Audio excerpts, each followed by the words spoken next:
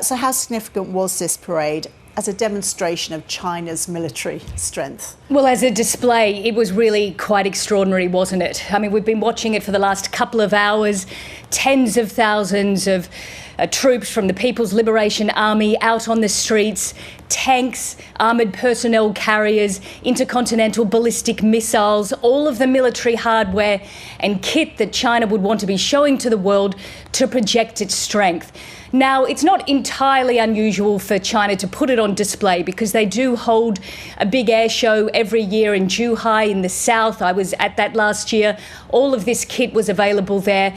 But it's a real opportunity for Western countries, military analysts and anyone with a deep interest in China to see what is their latest generation equipment that they've got coming up. And I've just had constant updates from Chinese state television news saying, well, we're releasing our new missile, our new drones. So all of that is there on display, along with fighter jets, their fifth generation jets.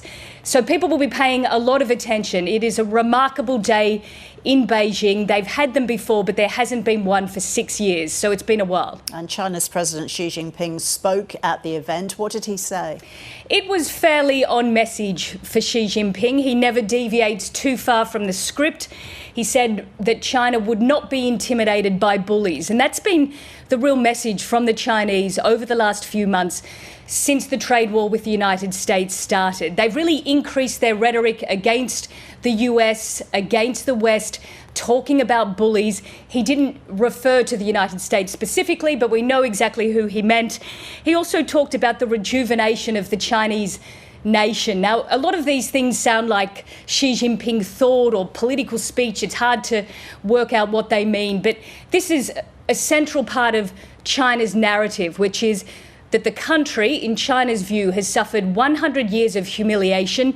It is time, in China's view, to turn the tide on that, to show the world how much it has advanced, how powerful it is, how strong it is, how many friends it has in the world, because that's the other part of this. For the last 4 days, more than 20 world leaders have been in China. So that is the message from Xi Jinping. He also emphasised the country's right to accelerate its development. These are the lines you get from the Chinese president all the time, so we're quite familiar with them. But the message is we won't take being bullied, and we want to continue with our development.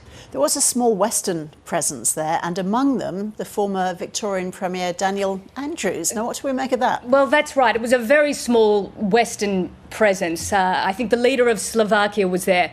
All of the other countries were from the global south, so developing countries, Myanmar, Pakistan, etc. For Australia, it has been somewhat of a political issue over the last couple of days. As you said, Dan Andrews, the former Victorian Labor Premier, was there, as well as Bob Carr. Now, we're not sure whether Bob Carr, the Labor's former Foreign Minister and the New South Wales Premier, whether he actually attended the military parade, but Dan Andrews certainly did, and we had some vision of him shaking the hand of Xi Jinping. It's certainly one for the scrapbook there. Now, the opposition has come out against it, has said that even if they were going in a personal capacity, they shouldn't have done so, that it was poor judgment. The Prime Minister, Anthony Albanese, has really sidestepped it to an extent.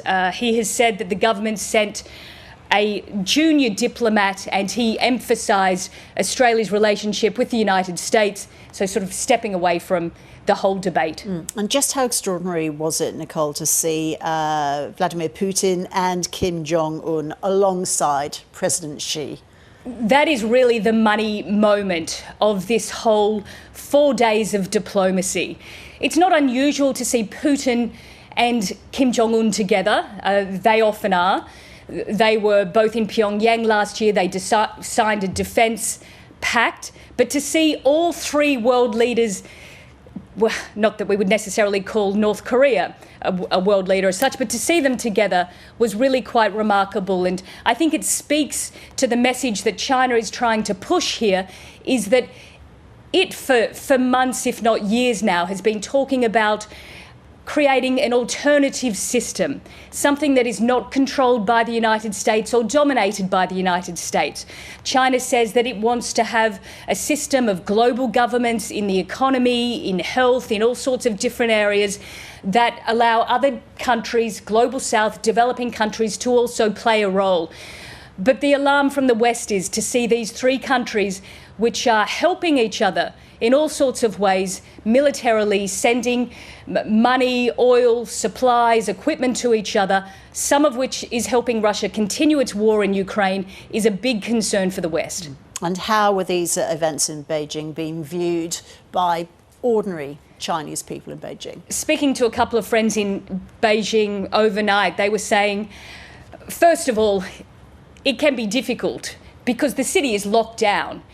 Public transport can be quite hard to get around. Lots of the areas of the city are just you can't get to, so that's hard for them. But people are very proud. Even those who don't support the government, who have all sorts of issues with how China operates and is run, they are proud of the country's achievements. They're very nationalistic. And in moments like this, even they will sit down and watch the parade on their television and really feel a great deal of sort of warmth and pride in what their country has achieved. Because remember, of course, especially among the elder Chinese who have lived through the Cultural Revolution, years of hardship, and have been lifted, 800 million of them or more, out of poverty since China created its economic miracles. So there is a great deal of personal pride in what the country has achieved. Nicole, thank you.